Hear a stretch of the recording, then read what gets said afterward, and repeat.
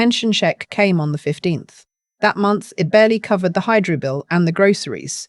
There was nothing left for the small things. The birthday card for my granddaughter, the tube of hand cream I'd been putting off buying, the coffee I used to let myself have on Fridays at the Tim Hortons on Bloor Street. My husband Gordon had died 11 months before, and I was still learning the arithmetic of being alone. I had worked 31 years as a pharmacy technician at a Shoppers Drug Mart in East Toronto. I knew the names of medications most people couldn't pronounce. I knew which customers were diabetic, which ones were trying to manage their blood pressure with the cheapest generic they could afford, which ones came in every month looking a little thinner, a little more tired. I liked that work. It made me feel useful in a quiet way. But when Gordon got sick, really sick, the kind of sick that requires someone home full time, I took early retirement. We used our RRSP to cover what his disability payments didn't. By the time he passed, there wasn't much left of either of us, financially or otherwise. My daughter kept asking me to move out to Mississauga, into the spare room above her garage that she'd converted into a little suite. I said no every time. I told her I needed to stay in the neighborhood, that the familiar streets helped me feel like myself. That was true, but the fuller truth was that I didn't want her to see how careful I had to be with money. She would worry, and her husband would start making suggestions, and I couldn't bear that particular kind of help. So I stayed in my 2-bedroom apartment on Danforth Avenue, and I learned to manage. Every morning, I walked to the community centre 3 blocks east. I had started volunteering there 2 mornings a week, helping with the seniors drop-in program, a Thursday afternoon assisting with English conversation classes for newcomers. It gave me structure. It gave me somewhere to be. And it gave me a reason to walk down the same stretch of Danforth every single day, which is how I came to know the man who sat outside the little Vietnamese bakery on the corner of Danforth and Woodbine. His name was Albert. I didn't know that for the first 3 weeks. I just knew him as the man with the grey wool cap, the one who always had a paper coffee cup from somewhere, never the same place twice, so someone kept bringing him one, and a paperback book that he seemed to be reading very slowly because it was the same one for 2 months. He sat on a small folded piece of cardboard just to the right of the bakery entrance, not blocking it, never asking anyone directly. When people came out with their buns and their iced coffee, he would just look up, and most people would look away. I didn't look away. The first time I stopped, I had 3 toonies in my coat pocket left over from laundry. I put them in his cup without thinking too hard about it. He looked up at me and said, "Thank you, Mom." Very quietly, very clearly, like he'd been raised to say it. I said, "You're welcome." And that was that. I started making a habit of it. Nothing dramatic. A couple of dollars, whatever coins I had from the day before. Sometimes, if I'd passed the bakery going the other direction and bought myself a sticky bun, I'd buy one for him too. He always thanked me. He never asked for anything beyond what I offered. I started to look forward to seeing him in a way I couldn't quite explain. I think it was because he was one of the only people on that stretch of street who actually looked at me. Most people were on their phones. The man with the grey wool cap, Albert, though I didn't know that yet, always put down his book when I stopped. After about 6 weeks, we started talking. Small things at first. The weather, which in Toronto in November gives you plenty to say. He mentioned he'd lived in the city a long time, since the 70s. I said I'd come from Sudbury originally, moved down for Gordon's work in 1987. He nodded like he knew something about that kind of move, the kind where someone else's life pulls you in a new direction. I learned his name the morning I brought him a pair of Gordon's old gloves. They were good gloves, thermal-lined, barely worn. Gordon had always run warm, hadn't needed them much. I'd held on to them for almost a year without knowing why. When I set them down beside Albert, he looked at them for a moment before picking them up. "Albert," he said, holding out his hand. "Albert Kowalczyk." "June," I said. We shook hands in the November cold like we were meeting at a church social. I found out, piece by piece, over the following weeks, that Albert had worked for the city for 26 years as a parks maintenance supervisor. He had a pension, had one rather. What had happened to it, he told me carefully and without self-pity, was a combination of a bad marriage, a worse divorce, and a financial advisor he'd trusted too completely. He said the man had been charming, had used words Albert didn't fully understand, had promised returns that seemed possible if you didn't know enough to question them. By the time Albert was 63, the pension fund had been quietly and thoroughly drained through a series of transfers that the advisor had explained as restructuring. Albert had signed things he shouldn't have signed. His lawyer said pursuing it would cost more than what was left to recover. "That's the trick, isn't it?" Albert said one morning, turning his coffee cup in his hands. "They make it so expensive to fight them that you just stop." I thought about that for a long time after I walked away. It was around the second week of December when I started working at the community centre's winter fundraising office. They ran a big campaign every year, donations from local businesses, a phone drive, a modest government grant from the City of Toronto's Community Development Fund. One of the regular volunteers had broken her hip, and they needed someone to help with the administrative side, sorting donor records, updating the spreadsheet, preparing the receipts for charitable tax deductions. I'd done this kind of office work back in my pharmacy days, handling insurance records and billing. It wasn't difficult. The pay coordinator for the fundraising office was a young man named, I'll call him by what the others called him, which was just Dex. He had started 6 months earlier. He was maybe 30, very confident, the kind of person who fills a small office with his own energy and makes everyone feel like they're slightly behind. He had a good smile and he used it often. I noticed he used it differently depending on who he was talking to. Wider for the board members and major donors, more perfunctory for the regular volunteers. I didn't dislike him. I just noticed. The spreadsheet I was working from was a donor management file, tracking contributions from local businesses. My job was simple. Match the incoming check amounts to the donor records, flag any discrepancies for Dex, prepare the receipt letters. The community centre used a basic accounting system, nothing sophisticated. The files were organised by Dex, and at first they seemed fine. But about 4 days into the work, I noticed something. 2 of the larger corporate donors, a plumbing supply company on Payback Avenue and a Scarborough real estate firm, had records showing one donation amount in the spreadsheet, but a different amount on the bank receipt, stapled behind it.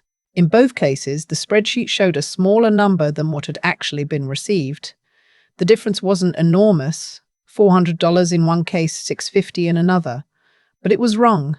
Numbers don't drift by accident. I didn't say anything that day. I told myself I had probably misread something. I went home and made soup and tried not to think about it. The next morning, I walked to the bakery. It was cold enough that Albert had a sleeping bag across his lap, and someone had left a Tim Hortons cup of something steaming beside him. When I put a $5 bill in his cup and sat down on the low concrete step beside him, something I had started doing when there wasn't anyone else around, he looked at me carefully. "You look like you're carrying something," he said. I told him, not everything, just the shape of it, that I'd found numbers that didn't match at a place I was volunteering in a fundraising account, that I didn't know what to do about it. Albert was quiet for a moment. Then he said, "How many records did you look at?" I told him the number. He nodded slowly. "If it's only in some of them," he said, "look for a pattern in which ones, not random, never random." I went back that afternoon.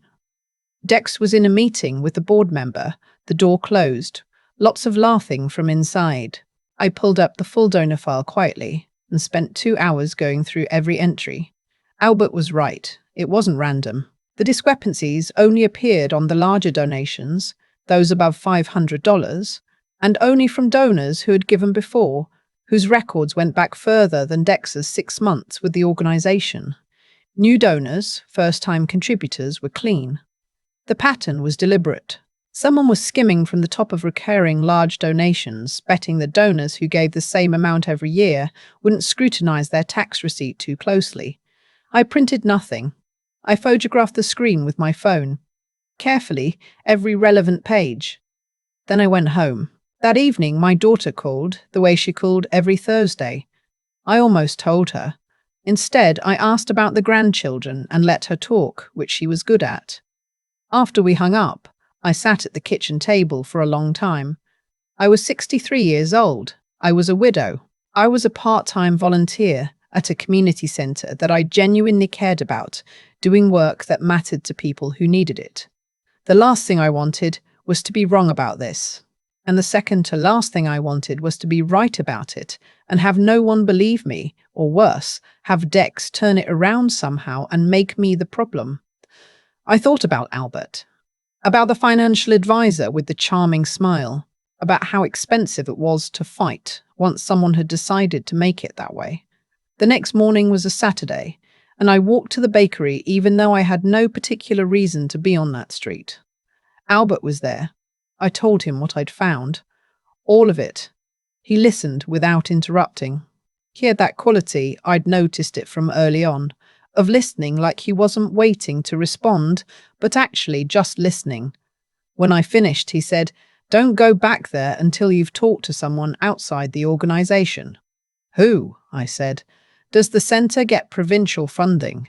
"A grant, city funding," I said. "Community development."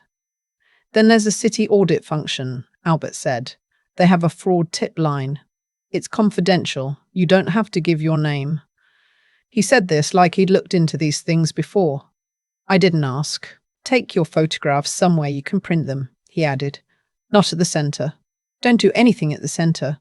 Just stop going in for a few days. Tell them you're not well. It's December. Nobody questions a cold," I said. "How do you know this much about how these things work?"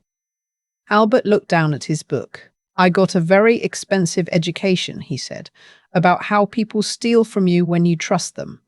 I called the City of Toronto's fraud and waste hotline that afternoon from my landline at home. I told them I was a volunteer at a community organisation receiving city funding and that I had identified what appeared to be systematic discrepancies in the donation records. The person I spoke with was professional and calm. They took down the name of the organisation, asked me a few specific questions, told me to preserve whatever documentation I had, and to avoid any action that might alert anyone within the organisation. They said someone would be in touch within 5 business days. 4 days later, 2 people from the city's internal audit office called me. They came to my apartment the following morning. They were polite, thorough, and spoke to me like I knew what I was talking about, which, it turned out, I did. My photographs were clear and covered enough entries to establish a pattern. They had already pulled the centre's banking records and found more. The discrepancies went back to the first month Dex had held the position. Total amount diverted over 6 months was just over $11,000, redirected to a personal account through a series of small transfers, disguised as administrative fees. I was not there when Dex was confronted. I didn't want to be. The centre's executive director called me a week before Christmas. She was shaken, apologetic, embarrassed. She thanked me several times in a way that made me think she wasn't sure whether to be grateful or mortified. I told her I hoped the centre would be okay. She said they had donor protection insurance, that the diverted funds could likely be recovered, that the board was reviewing their financial controls. She asked if I wanted to return as a volunteer. I said yes. Of course, I said yes. Those drop-in seniors had nothing to do with any of this. The morning after her call, I walked to the bakery. It was 2 days before Christmas, and someone had left a small string of battery-powered lights near where Albert usually sat, draped over a low window ledge. He was there, cap pulled down over his ears, sleeping bag, book. I told him it was resolved, that the city had acted, that the money had been traced, that the person responsible was facing a fraud charge. Albert nodded slowly. He didn't seem surprised. "You did the right thing," he said. "You helped," I said. "More than you know. The tip line, the audit office. I wouldn't have known where to start." He shrugged in the way he had, that meant he was pleased, but wasn't going to say so. "You found it," he said. "You took the pictures. You made the call."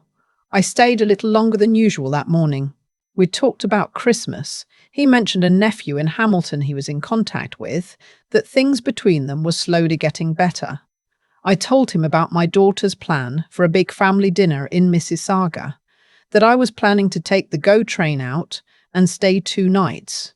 When I got up to leave, I reached into my bag and took out the envelope I'd prepared the night before. I set it down beside him. He looked at it without touching it. "June," he said. "It's not charity," I said. "It's for the gloves." He smiled at that. It was the first time I'd seen him really smile, not just a polite acknowledgement, but actually smile, eyes and everything. He said, "Merry Christmas, June." I said, "Merry Christmas, Albert." I walked home along Danforth with the cold air on my face and the Christmas lights coming on in all the shop windows, and I thought about Gordon the way I always did when something good happened, because for 34 years good things had meant telling him about them. That ache doesn't go away. I've stopped expecting it to. But it changes shape, little by little, into something you can carry. I think that's what kindness does too, when it travels in both directions. It doesn't fix things. It doesn't undo what's been lost. It just changes the shape of it, just enough. I thought a lot about the morning Albert handed me back those gloves. Not literally, but in the way that mattered. He didn't fix anything for me. He just told me where to look and trusted that I'd know what to do once I got there. That's a different kind of help than most people offer. Most people either take over or do nothing. Albert did the harder thing, which was to believe I was capable. I think about what would have happened if I'd walked past him every morning without stopping. It's not a comfortable thought. Not because of what happened with Dex and the money, though that matters. It matters a great deal to the seniors and newcomers that Centre serves. But because I would have walked past a person who had dignity and history and a very particular kind of hard-won knowledge, and I would have seen only the cup and the cardboard. What Albert had been through. The advisor, the pension, the legal fees that made fighting back more expensive than surrendering. That's not an unusual story. It happens to people who are careful and reasonable and trusting, and it hollows something out in them. What I noticed in Albert, though, was that it hadn't hollowed out his judgment. He still saw clearly, he still thought in patterns. He recognized what I'd described, not because he was bitter, but because he paid attention. Even when paying attention had cost him everything. That's the thing I keep coming back to. Paying attention is its own kind of strength, not dramatic strength, not the kind that announces itself, the quiet kind, the kind that notices when the numbers don't add up, that doesn't talk itself out of what it sees just because seeing it is inconvenient. I almost talked myself out of it. I sat in my apartment the first night telling myself I'd misread the file. That's the pull toward comfort talking, and it's strong, especially when you're tired and you're alone and you've already spent the last 2 years absorbing more difficulty than you planned for. But I went back. I looked again. I took the photographs. And when it came time to make the call, I made it. Gordon used to say that the most underrated quality in a person was the willingness to follow through on something uncomfortable once you'd already decided it was right. He wasn't a complicated man philosophically. He just believed that knowing what was right and doing what was right were two completely separate acts, and that most people stopped at the first one and called it enough. I don't think I would have described myself as brave before any of this. I'm not sure I'd describe myself that way now. But I did the thing, and it held up. And $11,000 went back to people who needed it. People who came to that drop-in, not because their lives had gone the way they planned, but because they needed somewhere warm to sit and someone to talk to. Kindness starts small, and it doesn't always look like what you expect. It looked like 2 toonies on a cold November morning. It looked like a pair of old gloves. It came back as information I needed, exactly when I needed it, from a man the world had largely decided wasn't worth listening to anymore. That's the thing about doing right by people. Not as a transaction, not because you expect it returned, but just because it's the decent thing. It changes the shape of what comes back to you. You can't predict how. You just find out.